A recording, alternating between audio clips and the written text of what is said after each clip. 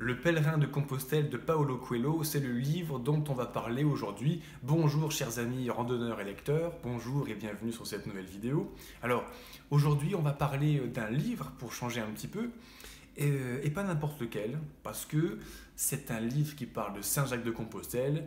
Nous sommes en mars 2021 et 2021 c'est une année jacquaire. Alors ça me fait particulièrement plaisir d'avoir relu récemment pour la troisième fois ce livre et de le partager avec vous, eh bien, dans cette année jacquaire, parce que peut-être que parmi vous, il y en a qui ont ce projet de partir sur les chemins de Saint-Jacques qui leur tiennent à cœur, et peut-être que 2021, ce sera l'année pour certains d'entre vous. Ce livre de Paulo Coelho, l'auteur, c'est un livre avec plusieurs facettes. Et la première fois que je l'ai lu, je le lisais et je me suis dit, waouh, c'est trop beau, je passe vraiment un beau moment à le lire, mais je suis sûr que je ne comprends pas 10% de ce que l'auteur a voulu nous dire. Et effectivement, à chaque fois que je le relis, je comprends des facettes, je comprends en profondeur ce que Paolo a essayé de nous livrer. Parce qu'il a un petit côté mystérieux, oui. Et à chaque lecture, j'ai l'impression d'enlever un voile autour de ce livre et de comprendre un petit peu plus de quoi Paolo nous parle. Parce que les facettes de ce bouquin, qu'est-ce que c'est ? Déjà, c'est un récit de marche, un récit de randonnée. Parce que Paulo Coelho, donc cet auteur de best-seller brésilien, que vous devez peut-être déjà connaître, on en a déjà parlé sur cette chaîne avec son premier bouquin que j'ai lu de lui, qui est L'Alchimiste, que j'ai lu juste avant de partir marcher 5000 km il y a 2 ans, que j'avais trouvé extraordinaire. Et son premier livre à lui, c'était Le Pèlerin de Compostelle. Parce qu'en 1986, Paulo, il quitte sa petite vie normale, entre guillemets, pour partir faire son Saint-Jacques de Compostelle. Alors il prend l'avion, il arrive en France, dans les Pyrénées, et il fait tout le Camino Frances, en Espagne, pour arriver jusqu'à Saint-Jacques, puis Fistera. Donc il y a un véritable récit de son pèlerinage. Alors il l'a fait en 1986. C'est pas la même chose qu'aujourd'hui. Les années, le début de la résurrection véritablement du Saint-Jacques de Compostelle, c'est le début des années 90. En 86, il n'y avait que quelques dizaines, centaines, peut-être milliers de pèlerins à tout péter qui faisaient ce chemin, ce pèlerinage tous les ans. Ils avaient pris un guide, il n'y avait pas autant d'infrastructures, c'était pas aussi populaire que ça ne l'est aujourd'hui. Aujourd'hui, Saint-Jacques, tout chemin confondu, c'est 200 000 pèlerins par an. En année jacquaire, encore plus. Bon, cette année, on verra en fonction des mesures sanitaires qui ont été prises, voir quel bémol ça va faire, mais dans tous les cas, c'est quand même beaucoup de monde. C'est beaucoup de monde. À l'époque, non. Et il nous raconte son récit. Donc, Paolo, à l'époque, voilà, il n'est pas forcément habitué à marcher, donc il fait son sac, trop lourd, comme tout le monde quand il part faire son Saint-Jacques. Il marche, il est fatigué, il est mort de fatigue, il n'en peut plus au bout de quelques heures. Comme beaucoup de pèlerins qui partent sur les chemins de Saint-Jacques, qui ne sont pas préparés, accoutumés à cet effort. Et il nous raconte, voilà, dans le jus, comment il vit son histoire. Bon, mais c'est aussi autre chose. Ce livre, c'est aussi un roman initiatique. Parce que Paolo, c'est un petit monsieur tout le monde, avec sa petite vie normale, bon, un bourgeois quand même, brésilien, qui peut se permettre de se payer un voyage et de traverser un pays à pied, donc de prendre le temps de le faire. Mais voilà, il part avec ses qualités et ses défauts, il part avec son ego, il part avec ses ambitions, il part avec ses attentes, et il découvre qu'en fait, le pèlerinage de Saint-Jacques va liquider absolument tout ça. Absolument tout. Il y a un autre alchimiste qui parle très bien du pèlerinage de Saint-Jacques, que j'aime beaucoup, c'est Patrick Burenstenas, duquel je n'ai pas encore présenté son bouquin sur ma chaîne, mais je le ferai peut-être cette année, parce qu'il me tient beaucoup à cœur aussi. Patrick qui nous dit, le pèlerin, c'est celui qui se pèle, et celui qui se pèle, c'est celui qui perd ses peaux. Les peaux de notre ego. Voilà, à chaque blessure, dans notre cœur, on se forme une carapace, une peau. À chaque fois qu'on a quelque chose, on veut le protéger, on se forme une peau. À chaque fois qu'on a quelque chose de plus, on a encore plus peur de perdre. Et à chaque fois, on se forme des peaux en plus. Le pèlerin, c'est celui, une à une, qui enlève ses peaux. Une fois qu'il n'y en a plus, il est à nu, il est à poil, il est complètement transparent et il se révèle soi-même. Le pèlerinage, c'est aussi se révéler intimement, profondément à soi-même, ce qu'on a vraiment au fond du cœur, notre vraie personnalité, notre vrai être. Et je digresse là un tout petit peu sur Patrick Burienstenas, mais Paulo Coelho, qui a écrit son deuxième bouquin, L'Alchimiste, c'est pour ça que j'ai fait la collection, il raconte bien ça. On dit, on part tous pour de mauvaises raisons, mais on arrive tous au même endroit, à Compostelle ou à Fisterra. Et Paolo l'illustre parfaitement dans son bouquin. Une autre facette du livre aussi, c'est que alors, je parle de bouquins d'ailleurs, de Paulo Coelho, de Patrick Burienstenas, etc. Je mettrai le lien en description juste en dessous de la vidéo sur la page de mon site où je présente tous mes conseils de lecture, tous mes livres en fait que j'ai lus et que je conseille à nos amis lecteurs randonneurs que j'ai trouvé extraordinaires, et j'en fais souvent une petite critique en vidéo par exemple ou un article. Et d'ailleurs, pour ceux qui ne me connaissent pas encore, je suis lecteur de livres, c'est pour ça que je fais cette vidéo aujourd'hui. Mais avant tout, je suis randonneur, je suis formateur en randonnée. C'est-à-dire que dans la première partie de ma vie, j'étais un petit salarié frustré sur sa chaise qui, le temps de midi, lisait des livres comme celui-ci, comme Mike Horn, comme Sylvain Tesson pour partir s'évader. Au bout d'un certain temps, j'ai démissionné, je suis parti vivre moi-même ce genre d'aventure. Et un jour, le projet avance, mais je n'y suis pas encore, un jour, j'écrirai moi-même un livre qui peut-être inspirera d'autres personnes à partir également sur les chemins. Ce qui est l'objectif de Paolo d'ailleurs. Ce qui est l'objectif de Paolo. Il fait son pèlerinage et il se dit « Ah, c'est la plus belle expérience de ma vie, c'est la plus grosse expérience de ma vie. J'ai reçu ce que j'avais à y recevoir, je ne vais pas tout vous dire. La surprise est cachée à l'intérieur ou au bout du chemin de Saint-Jacques, si vous partez vous-même sur les chemins d'ailleurs, parce que pour l'avoir fait, c'est effectivement ça. Quand on arrive au bout de Saint-Jacques, quelque chose nous est donné.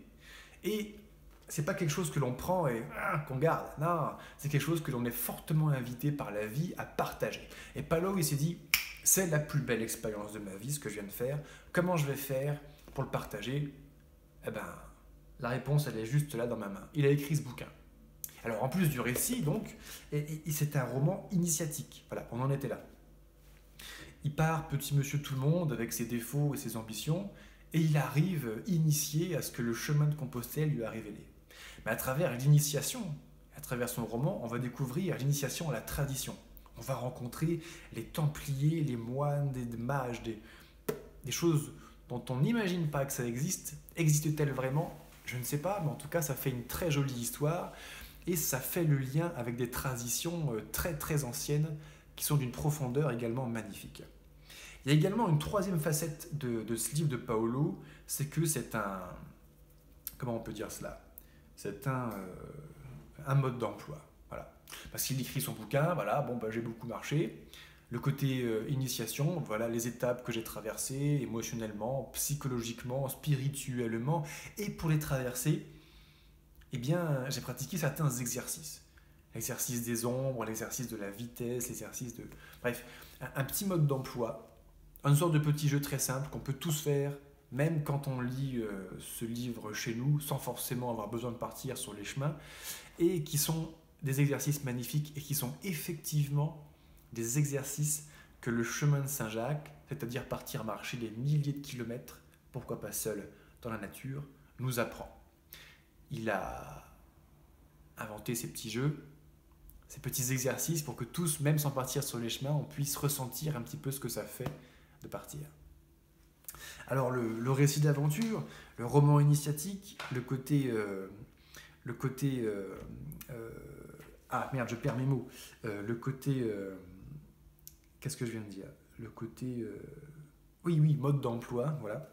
Et il y a quelque chose qui m'a particulièrement touché dans ce livre, c'est que quand je suis parti à Cap-Nord en 2019, donc ça c'est une petite histoire, une petite anecdote personnelle, on va dire, de randonneur-lecteur, je me suis rendu compte de quelque chose, c'est que quand on part marcher, parfois, c'est une des raisons pour laquelle on peut partir, mais c'est une des raisons pour laquelle on peut fuir dans la vie. Parfois, on fuit quelque chose qu'on sait que l'on doit faire dans notre vie, et pourtant, on n'a peut-être pas la force, la foi, le courage de l'accomplir. Eh bien, moi, je suis parti marcher 5000 km aussi pour fuir quelque chose, et pourtant, ces vieux démons de mon passé m'ont poursuivi. Et alors que j'étais en train de traverser la Scandinavie, donc 3000 km dans les montagnes, les marais, les moustiques, dans le froid, le vent, la neige, tout ça, dans la nature assez intacte de l'empreinte de l'homme, alors que j'étais perdu au milieu de nulle part, et ben, moi qui pensais être seul, finalement, les démons de mon passé m'ont rattrapé. Ah, et Paolo illustre ça parfaitement avec ce chien noir qui va le poursuivre jusqu'au bout, jusqu'à temps qu'un beau jour, il ose la confrontation. Regarder son vieux démon les yeux dans les yeux, lui dire ce qu'il a à lui dire et se comporter de la manière courageuse comme ce qu'il devait faire depuis parfois très longtemps. Et lorsqu'on a fait ça, il se passe quelque chose. On a réglé nos comptes avec notre démon, ça ne l'efface pas de notre vie, mais ça nous permet au moins de vivre avec.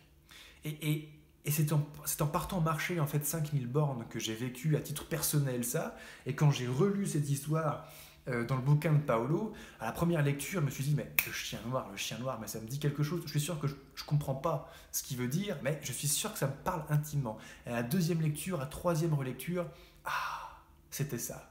Eh oui, c'était ça. Donc, j'en dévoile pas plus, hein, qu'il vous reste aussi à vous aussi ce voile à enlever de ce livre. Vous pouvez le commander chez votre libraire préféré ou sur Amazon.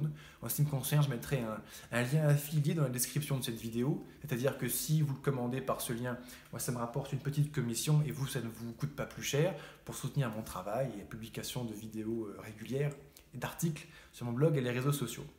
Alors pour aller plus loin, si vous me rencontrez aujourd'hui en tant que critique de livre, non, en tant que lecteur qui parle de ce qu'il pense d'un livre, ce serait un peu présomptueux.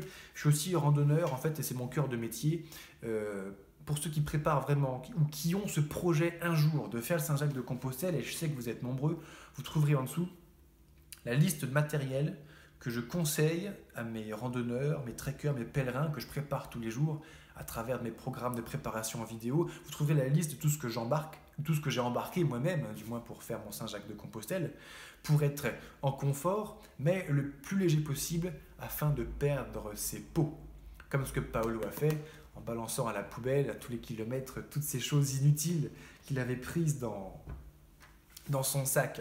Et pour aller plus loin dans la préparation du Saint-Jacques, j'ai préparé pour vous, pour les pèlerins qui vous préparez à partir sur Saint-Jacques et qui ne savaient pas exactement comment bien se préparer, le programme de formation en vidéo Saint-Jacques-de-Compostelle que l'on retrouvera également juste en dessous.